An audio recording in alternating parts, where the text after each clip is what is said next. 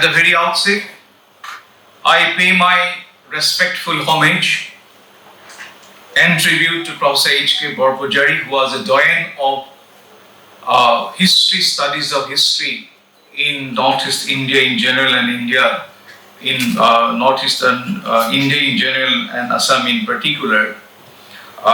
Particularly, he was an institution by himself. I had the opportunity to meet Barpujari sir on various occasions in his residence as well as also in Gauhati University. And I was deeply moved by his approach for accuracy of facts and his focus on research methodology. So his immense contribution and association with various bodies, as has been illustrated by Professor Doctor, we can call him as the institution. Why is an institution? Because not only he was a great historian, he was a great teacher also. And in fact, as a teacher and a guide, he was a strict disciplinarian and a hard taskmaster who could not take any compromise on the question of research and particularly on methodology part. It has been said that he was very busy and he was very strict in terms of providing or that methodological consciousness, because most of our research become very much irrelevant or not up to the mark precisely because we do not follow proper methodology, whether it is theoretical approach, whether it is review of literature, whether it is sectorization, whether it is contribution, new contribution to the knowledge. All these issues were given a lot of importance by Professor H.K. Barpujari, and when I had the occasion to meet him, also told us about these issues to be followed by future generation and future teachers. Well, by tradition, he was very much associated with Rankian tradition, particularly Professor Leopold von Ranke was his idol, and scholars like R.C. Majumdar and Jadunath Sarkar influenced him in his ideological and theoretical approach. So the basic theoretical approach or the methodology that he adopted was the Rankian tradition, for which there are a lot of analysis, both appreciation and criticism by various scholars. I do not want to go into the details. And his association, it's very heartening to know the way he contributed to various bodies like Indian History Congress, Indian Historical Record Commission, Journal of Indian History, then NEIC SSR, that is Northeastern Indian Council for Social Science Research, DHAS, Department of Historical and Antiquarian Studies, and so on and so forth. So he was not only a very celebrated, highly acknowledged historian, but a teacher who had contributed immensely to the growth of students of our region. And a profound scholar, I pay my respectful homage to this great scholar.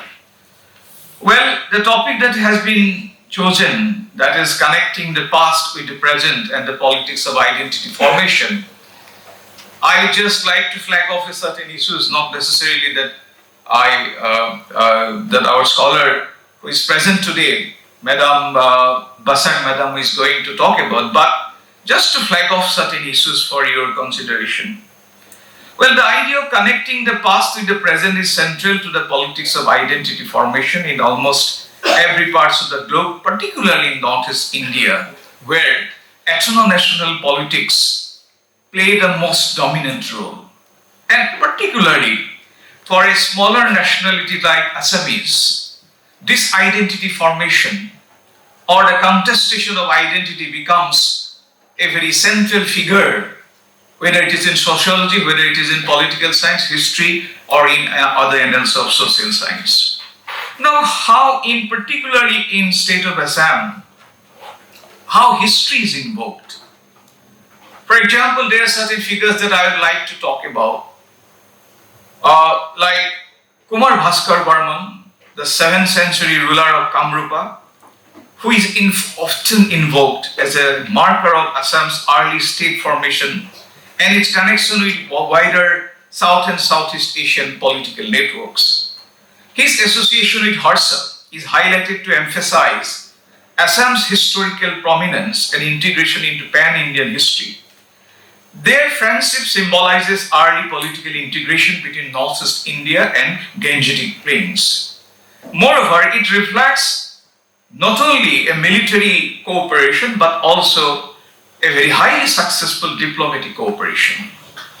So their courts became centers of cultural exchange, especially with foreign travelers like Yuan Chang, and Bhaskar Varma's association with Harshavardhana elevated the status of Kamrupa in the wider annals of political landscape.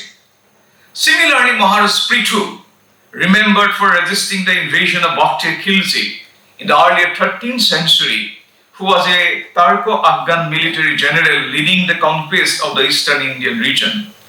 Maharaja Prithu is considered as a defender of the region, reinforcing narratives of territorial integrity and indigenous sovereignty.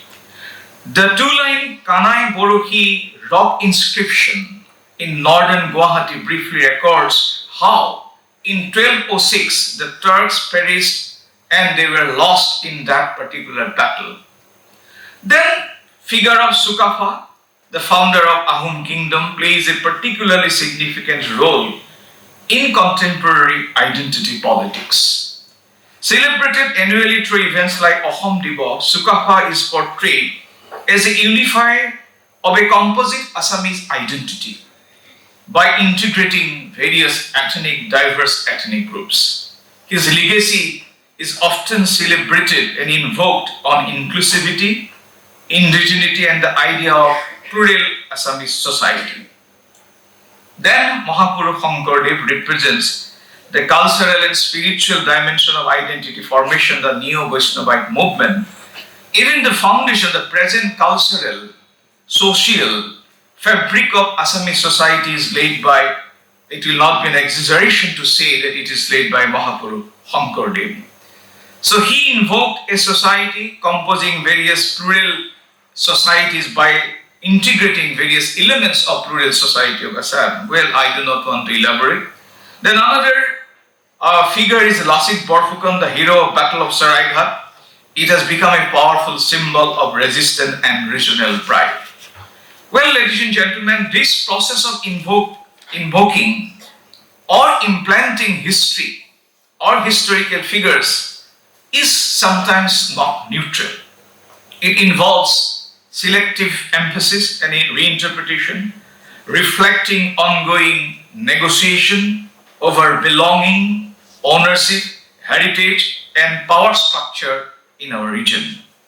Well, another issue that I would like to draw your attention is the question of borderland archaeology, which is highly relevant for understanding how the past is mobilized in the present, particularly in regions like in the border areas where history, territory, and identity are deeply intertwined. In such frontier zones, archaeology is not only about reconstructing past activities, but also about engaging with contemporary political narratives and claims over space. A significant contemporary example is the renaming of villages in border regions of China, nearby Arunachal Pradesh, especially in areas of Himalayan frontier adjoining India. It also evokes a lot of linguistic, cultural framework. I do not want to go into the details.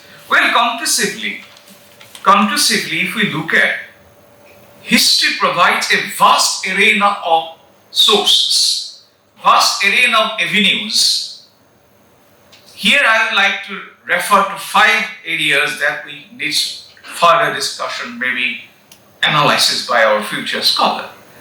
The first is the identity formation and pride, which it provides, and what kind of identity formation, the pride factor, its contribution to the pluralistic society. Number 2, shared space and territory. For example, Ahom, the way they tried to develop the idea of Assam and how they cooperated with Nagas. They developed various institutional mechanisms like POSA. Well, I do not want to go into details. Then thirdly, the politics of accommodation and contestation. History shows there is this aspect of politics of accommodation as well as politics of contestation. Number 4, transformation and evolution of smaller Assamese nationality. So how the Assamese identity has been transforming and evolving through this process of historical evolution. And last, it also reflects the interconnectedness across border and territory. These are some of the straight thoughts I thought I would like to present before you for your consideration. Well, we are waiting to listen to our madam, who will be extensively dealing with this issue. Once again, I pay my respect and homage to our great scholar, Prof. Barpujari sir. And with these words, I also compliment Professor Akhil Ranjan Datta that under his leadership, this center is again now it's getting revamped, and I expect that in the days to come, this center will take up many activities, and we shall provide whatever help and support from our administration. With these words, I declare this program being inaugurated. Thank you.